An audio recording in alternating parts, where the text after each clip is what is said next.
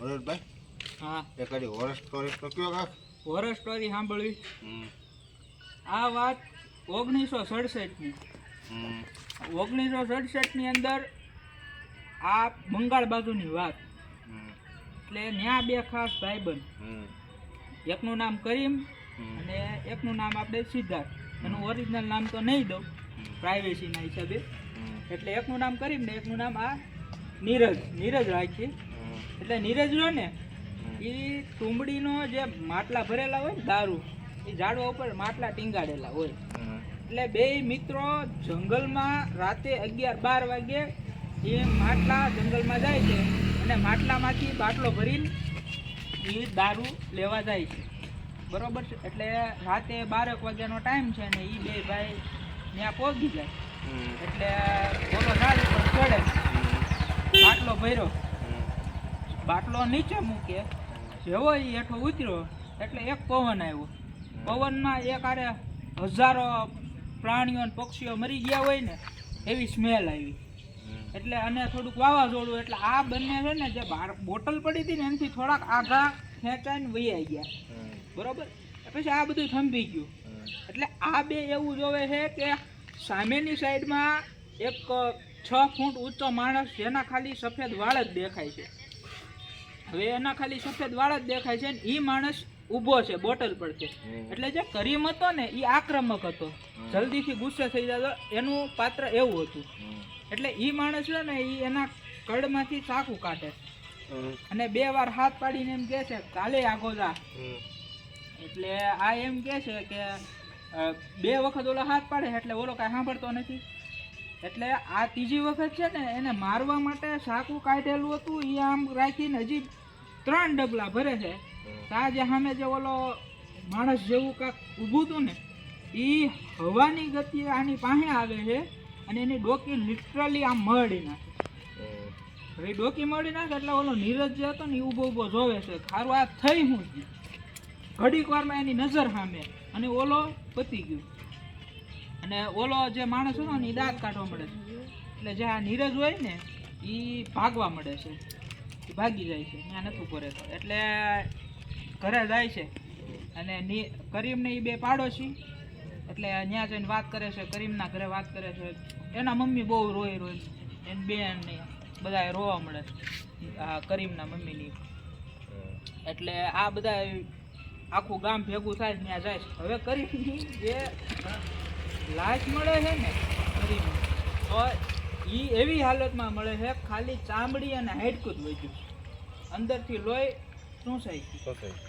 હવે આ દ્રશ્ય થઈ ગયું છે. બીજા દિવસે એક માણસ દોડતો આવે, ગામમાં બધાને કહે છે કે આ ઓલો મરી ગયું.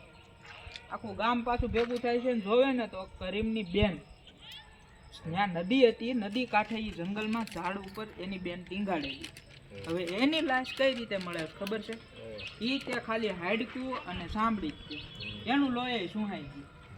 એટલે કરીમની માં રોવે છે બહુ. હવે એક વાત એવી કે કરીમનો બાપો હતો ને એ એવો બહુ ખતરનાક મગજનો હતો, ખોંસરો હતો ટૂંકમાં. એટલે જે કરીમનો બાપો હોય ને એ તો રોતો નથી, આમ એને કાંઈ નવાઈ જ નથી લાગતી એમ. પછી થાય છે એવું કે સારું ગામના લોકો બધા એમ થઈ જાય કે સારા 2 દિવસમાં 2 મોત થઈ ગયા છે, એટલે આનું રહસ્ય શું છે? એટલે એ લોકોએ હજી આ બધું વિચારે ને 3જો દિવસ આવે. ત્રીજા દિવસે કોનું મરતું મળે ખબર? ગરીબની માનું. અને એ કઈ રીતે કે જમીનમાં દટાઈ ગયેલું ને ખાલી 2 પગ બહાર. હવે એ જ્યારે આ લોકો બધા એને બહાર કાઢે છે, કરીમની માન બહાર કાઢે ને એટલે એની લાશે તે સેમ લોહી ચૂહાઈ ગયેલું છે એ રીતના મળે છે. અને નેક્સ્ટ ડે કરીમનું જે ઘર હોય ને એ આખું ભડકો થઈને સળગી જાય છે. અને સળગે કઈ રીતે? આપણે ગામડામાં ઘર હોય ને તો એક લાઇનસર હોય, એકમાં આગ લાગે ને તો બીજું પકડે, પણ આનું એકલું ઘર જ બળી ગયું. હવે એવું નથી, રહસ્ય હજી ખુલશે. એવું નથી કે ભાઈ કરીમનું ઘર હળગી ગયું તેનો બાપો એમાં હળગીને મરી ગયો, એવું છે જ નહીં. એનો બાપો તો ભાગી ગયો હતો ગામનું. હવે આવું થયું. હવે નેક્સ્ટ ડે પાછું આ હળગીને પૂરું થઈ જાય ને એટલે હવે આ દરમિયાન જે નીરજ હતો ને ભાઈબંધ, એની તબિયત બહુ ખરાબ. એનો પગનો ભાગ જ તે ખાવ પતી જાય છે. એ માણસ ખાવ અને એના ઘરમાં ને બધે એમ વાસ આવે છે નકરી, જે જંગલમાં આવતી હતી એ કેટલાય માણસો પેલા ઢોર મરી ગયા હોય. એટલે બીજા આ જે ઘર હળગે ને એના બીજા દિવસે એ ગામના સરપંચનો દીકરો એ આવી રીતે મોત થાય, એની લાશ આવી રીતના જડે, એટલે આખું ગામ ભેગું થઈ જાય. સારું થાય શું આપણા ગામમાં શક્તિ કઈ આવી ગઈ છે, કયું એવું જનાવર આવી ગયું છે કે એના હિસાબે આ ઘટનાઓ બધી ઘટે છે એમ, બરોબર છે. એટલે જે ગામ લોકો આ બધું વિચારે છે ને, આ વચ્ચે ઇન્સિડન્ટ એવો બન્યો છે કે જે કરીમ આ જે નીરજની મમ્મી હતા ને, નીરજ સૂતો હતો, એની મમ્મી જોરથી ચીસ પાડે અને પડ્યા હોય. એટલે નીરજ તો હાલવાની તો પોઝિશનમાં કાંઈ હતો નહીં, એટલે હાલવાની પોઝિશનમાં નહોતો ને, એટલે એ ઢહડાતો બહાર ઓસરીમાં આવે અને મમ્મી પડ્યા હોય છે અને એ નીરજને ભાળીને બહુ રોવા મળે છે. એટલે એના બાપા પૂછે છે કે શું હું તમે, તો એ એમ કહે છે તમે આ છોકરાને બચાવી દો કે પણ થયું શું, એ તો કે ના તમે આ છોકરાને બચાવી દો, આની પાસે સાદો ટાઈમ નથી.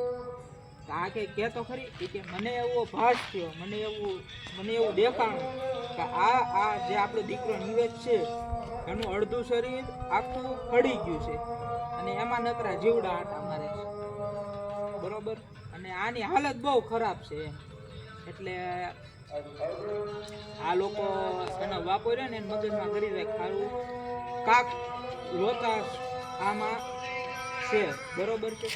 એટલે આ લોકો શું કરે ખબર છે,